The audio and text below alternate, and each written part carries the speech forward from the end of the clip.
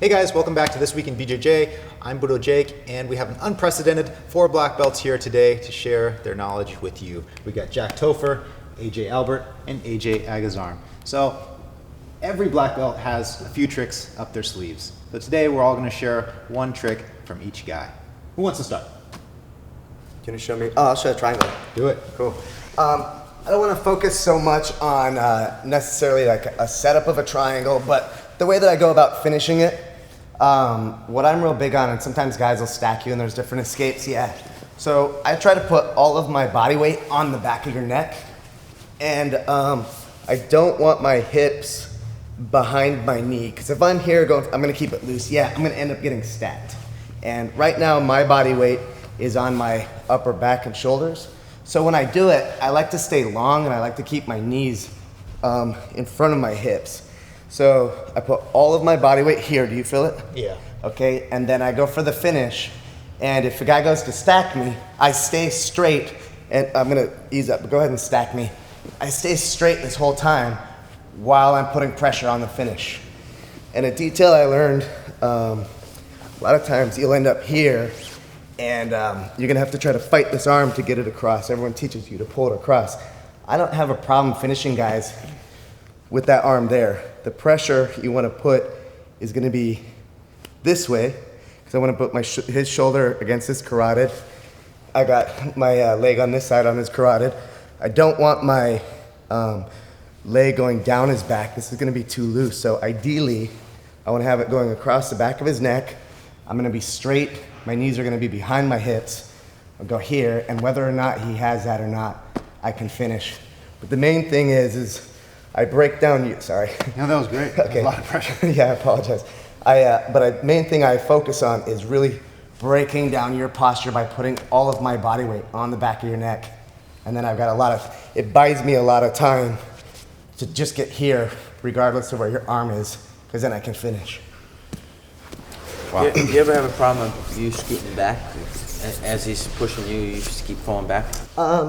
Not usually, because I'm kind of like keeping this here, and I walk with my shoulders. Yeah. So I kind of stay straight, as opposed to, there's plenty of ways to finish from here. Yeah. But okay, go back in. I'm just asking. Yeah. If you use your hands against your thighs, does that ever help you? You know, I've actually never thought of that. Yeah. I try to keep them here. Mm-hmm. That's the way, but that would be. It seems like it would work to me. Yeah. But I think with the amount of weight on the back of his neck and here, it's like I'm pretty rigid and straight. Yeah. But I don't know. I'll play with that. Yeah. I've seen guys put both hands on this knee, also pushing that back to keep it. Mm-hmm. Interesting. Yeah, I've just used my like a hip motion. That's a lot of so pressure. Because your hips and shoulders are away, you're defending his defense in your setup. Exactly. That's cool. And that's actually how I'll kind of set it up. Sometimes it's just with the basic boom, but when I throw the leg up, I try to snap his head down. So it's all my body weight on the back of his neck. Like if we're just here. Just a standard one, you do this no gi or whatever. But here, boom. And then I get away from him like this. I've seen studies that have shown that if you can tripod in someone's triangle, chances are they won't submit you. That's right. But I could not tripod out of that. Yeah. Just broken down. Yeah. Yeah.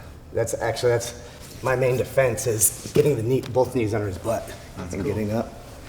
There's a couple common things people do when they're defending with their arm on the outside. One is to switch to an omoplata, and one is to reverse your legs. Remember, Henzo put out a video a while back, but you don't do either one of those. No. Just keep everything like it is. As long as your leg is across the back of his neck, you squeeze it all together. Yeah, I just pinch them in together, and I have, I think, a really good success rate, but I don't have to then go and fight all of his other parts of his body. It's also interesting to note that you're not making a sharp angle like a lot of guys talk about. Yeah. There's times where if the guy actually has really broad shoulders, I will get more of an angle, but I can generally finish it in front of somebody. But that's just the way my body mechanics are, but I do teach it with people who have shorter legs to go at an angle. Okay.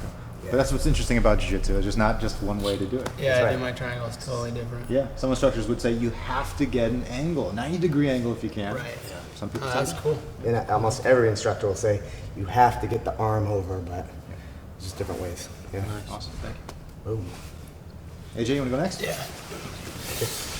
So I'm going to show like another from side control. So we're going to show a technique you guys learn like the triangle, but with a little bit different details. So same thing, I'm not gonna worry about how to push the arm down, but if I can get the guy's arm down for the Americana, what I like to do when I finish is I'm controlling the wrist with the monkey paw grip, and I slide my hand underneath and I grab my arm. Most people make the mistake of cranking here. If you train before, you know to like paint the mat and then lift the elbow, or you can lift the elbow as you paint the mat. But because you have the monkey paw grip, your thumb's not holding their wrist, so he can straighten his arm out at any time he wants, which is good because then we drill our neck submissions and all that. But I like to finish this move. I like this move a lot from the mount and from side control. So when I have my grips here, I keep my elbows in nice and tight, and what I'm gonna do is use my monkey paw grip on the wrist and roll my knuckles down to the mat. And what that does, if he tries to straighten it now, my fingers are in the way. My hook is actually working instead of just protecting my thumb, I'm using it. The next thing I do when I roll it, I pull everything in tight. And that makes the guy already want to tap. It cranks the shoulder. I have my hand ready after you did that adjustment. Right, so what I'm doing is taking the rotation out of the shoulder, and then I'm gonna crank it.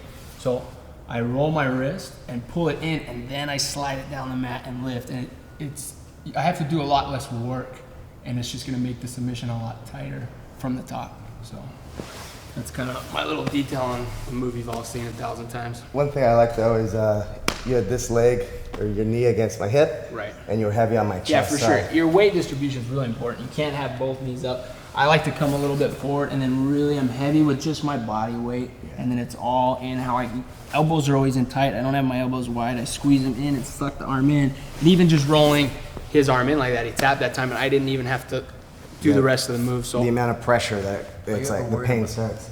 Go ahead. No, sorry. Are you ever worried about the half guard coming in? If I have it as tight as this, even if he locks my one leg up, I still might tap him out. Right. But it's like anything, if he catches me in half guard, then I'll work for something else. Right. I've seen a lot of guys talk about that. They call it like revving the motorcycle or something like that. Do you use that in any other positions? Revving the motorcycle, I just try to tighten everything in other positions. So like if I do a Kimura from the guard, I'll do something kind of similar.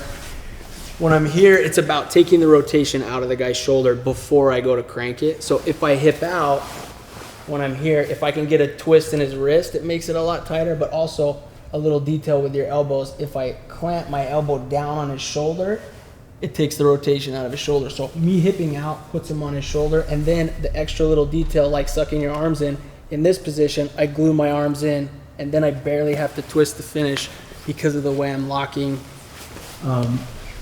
his shoulder down. And if I go for Kimura too, I like to twist the wrist. Usually when you see guys teach go down Americana on side control, you rev the arm under the shoulder. You know, your instructor will go, but I'm doing the other hand and then cranking it. Awesome. Thanks. I definitely feel a difference. Yeah. AJ number 2. There we go. Yeah, nice. I'm doing on you, right? All right. Before I show the technique, guys, I want you to know that when you get home and you make an acai bowl, I want you to tag me on Instagram and use this hashtag right here. Budo Jake and AJ Agazarm. You can look at the bowl as the world's greatest acai bowl. The bowls are really good. So this is coming from the closed guard. One thing I like when I'm here in the closed guard is I always like to open up the lapels. Specifically, the back part of his lapel is really what I want to concentrate on getting open. Obviously, I'm not going to ask him like, hey man, can you come forward a little bit so I can open this up? You're going to have to just constantly just be pulling on the lapel here. And then you just let go of it for a while. From here, I'm going to be coming up and wrapping the De La Riva, and I'll be looking for this lapel again. When I get here is when I'll come inside of it and pass the hand to pass the leg over the lapel and have both hands on the lapel here. From here, he starts to feel a little bit threatened. Maybe he start to posture up. I can always control it by bringing my legs and holding this as like a handle and bringing my right leg across his belly. And from here, I'm actually just waiting for him to stand up his leg. It's a very sneaky submission. He can stand up that leg. He's not going to go anywhere with it. I can just hold it here, you know. But I'm waiting for him to stand up this leg. But before I play with any of that leg, I'm here. I'm just constantly putting the pressure here, and I'm pushing his head down and passing the lapel to my hand around his head. when he feels there's just a distinct moment here, my elbow is open, I need to clamp my elbow down and turn my elbow in. So you see, if I just keep my elbow out, it's very easy for him to pop the head. When I have the handle across his neck and I'm here, it's very difficult to see this, but I tighten just a little bit to make that space for him to pass his head underneath less. So I'm here and I just turn it down. And I'm making the space here less. And I come here underneath his leg and I can now finish the choke from here. If I need to, I can grab his hand and bring him all the way over and finish the choke here. But the main focus is just closing this gap between my forearm and his head to make the space where he can bring it out. So one more time.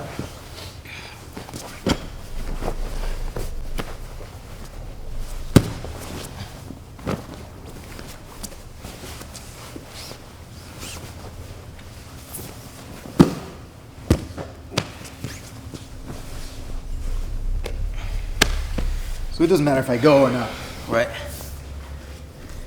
And even if I put both knees on the ground, you can still finish it from there. Yeah, just that. I've seen a lot of people like they have questions with that whenever I show them or teaching it. It's a very sneaky submission, and you just have to keep that in mind. Just the focus is just closing that gap so he can't pop it. That's his defense right there. Awesome. Thank you, AJ. Yeah. Well, can I borrow you for the last one? Yeah, I guess so. One thing that I've been working a lot lately on is wrist locks. I like them because people don't expect them. And when you do it enough to somebody, they start doubting their grips. So I'm starting to get that reputation. Guys I don't even want to grab me. As soon as I grab them, I get the wrist, they pull it back. So it causes a lot of reactions that I like. So this one I'd like to show is from half guard. Let's put your head over here. Oftentimes when I'm in half guard here, the guy will underhook my leg. And from here, what he wants to do is elevate my leg up so he can put me here into a deep half guard or an X guard type of position here. And here, if I'm not careful, I'm gonna get swept. So as soon as he gets that hand under there, I'm gonna plant this hand here. So now try to elevate my body, lift my leg up. Here, he's not gonna be able to do anything. That's just to stop him from progressing his position.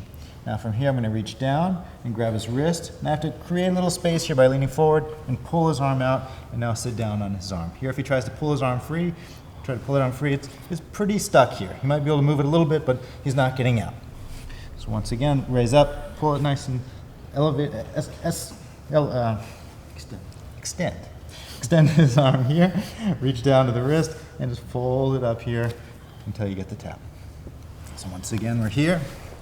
I know once he reaches under, I gotta get this hand off to this side. This hand right by his head stops him from elevating my leg onto his shoulder. Now from here, I'm gonna reach down to his wrist, move forward just a little bit to open up the space so I can pull his arm out. Now put all my weight down here. My hand is already here right on his wrist, just folding his wrist up to get the tap.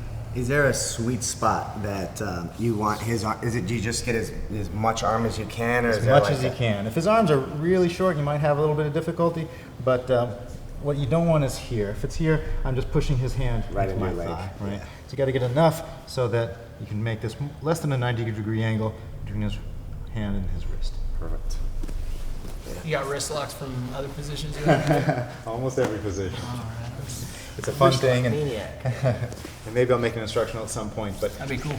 I like these things that not a lot of other people focus on. I mean, there's so many awesome things in jiu-jitsu, like the details that Hickson showed last time on the positions that we all know or we think we know. There's details to be shown on there, and then there's positions that we don't know at all, Right. like wrist locks, not a common thing. Yeah. Did you study Aikido before? Yeah, for like 20 years. So Oh, really? when I started jiu-jitsu, I didn't focus on Aikido at all, wrist locks at all. I just blank slate, let's focus on jiu-jitsu. But just now I'm starting to add the wrist locks back in, and it amazes me how they're all over the place. Yeah. Awesome.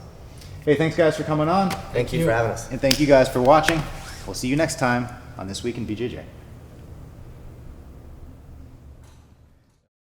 That concludes this installment of This Week in BJJ. Watch and review past episodes on iTunes and YouTube, and then be sure to join us again right here for another live edition of This Week in BJJ, brought to you by BudoVideos.com.